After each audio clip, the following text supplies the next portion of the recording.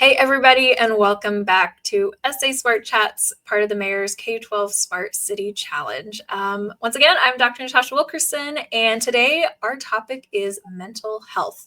So we are speaking with Kim Sawyers, Director of Clinical Programs with Communities and Schools of San Antonio. Hey, Kim, how's it going? It's going great. Thanks, Natasha. Well, it's so great to have CIS be part of this because as students may or may not know, I was once with CIS as the STEM director a few years ago. So I'm really excited to have you here and to help us kind of figure out this topic because it's brand new, but requested by the students, which I think is important. And I want them to kind of dive into this, but let's give them a little guidance. So first, what is Communities and Schools all about? So, Communities in Schools is a national organization started many, many years ago, and our main goal is dropout prevention. In San Antonio, over the years, that has still been our goal, but our programs have expanded, and the programs that I oversee focuses on mental health of the students that we serve. So, CIS does work in the schools all across San Antonio and the surrounding area, and we provide case management supports for students and their families. So, whatever needs they may have on their campus, we have a full time staff placed at many campuses, and their goal is to provide those supports for students, whatever that may look like. Over the years, we've found that some of those students do request and ask for additional services to support their mental health through counseling. So, the program I oversee does provide licensed mental health professionals to serve students on their campus and providing mental health services so that we can overcome challenges that families face to accessing those services outside the school. We're able to come into the school and provide those services. How did you start with CIS? Kind of what was your journey in CIS? Yeah, I started with CIS right after I graduated with my master's degree, and I was a site coordinator. So that was my goal is full time on a campus, enrolling students with the objective of just providing whatever services they need to succeed, eventually graduate from school. And as I worked my way through CIS, I was working on my clinical license as an LPC, which is a licensed professional counselor, eventually an LPC supervisor. So I now oversee or help support new LPC associates who have just graduated from their master's program, working on getting their clinical hours. They work with me through that time. A supervised experience until they can become fully licensed themselves. So I worked my way through CIS in that same manner as an LPC associate, regular LPC through various roles as a site coordinator, but providing those supports to students in whatever that role looked like.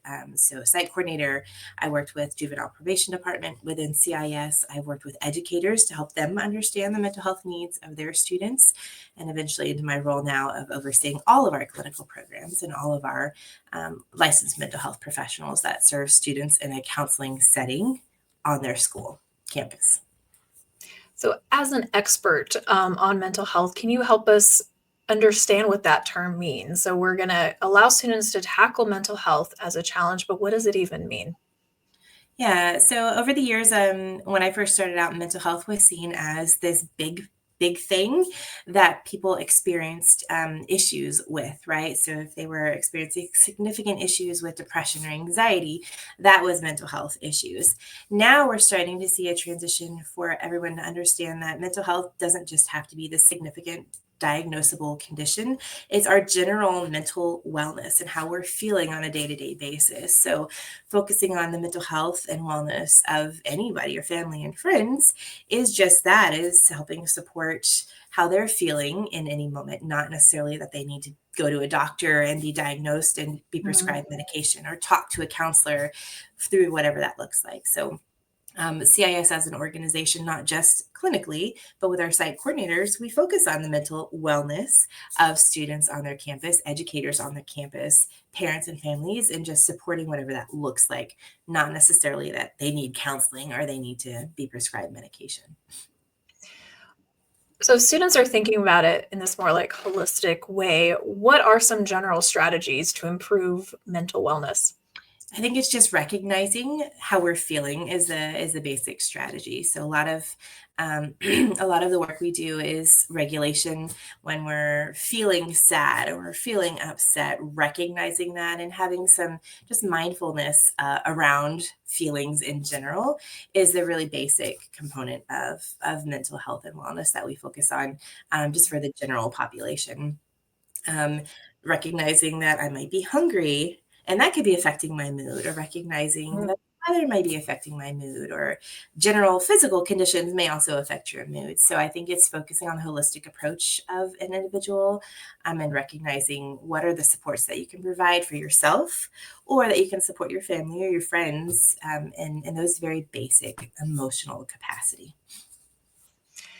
Yeah, and so I'm thinking that students are probably like, "Ooh, so this is about awareness. So how do we make people, students, teachers, parents more aware of this as something that we can all be thinking about?"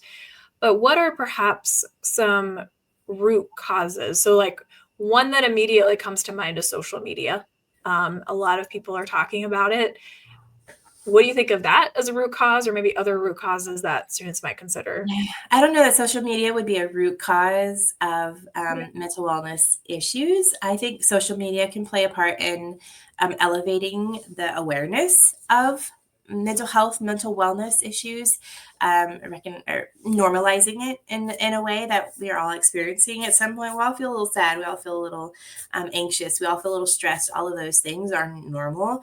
Um, but that normalization helps bring about the awareness that there is support out there. So for individuals that may be experiencing intensified emotions that may do need to be recognized and elevated to a professional, that social media aspect is really highlighting that and normalizing it, so people are more likely to seek out help a little bit earlier.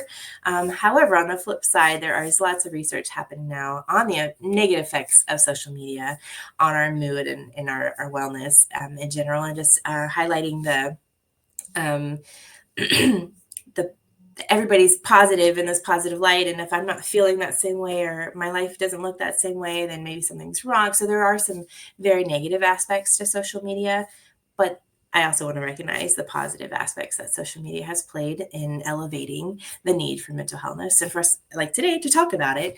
Without that aspect, I don't think it would be as a hot topic item as we see nowadays.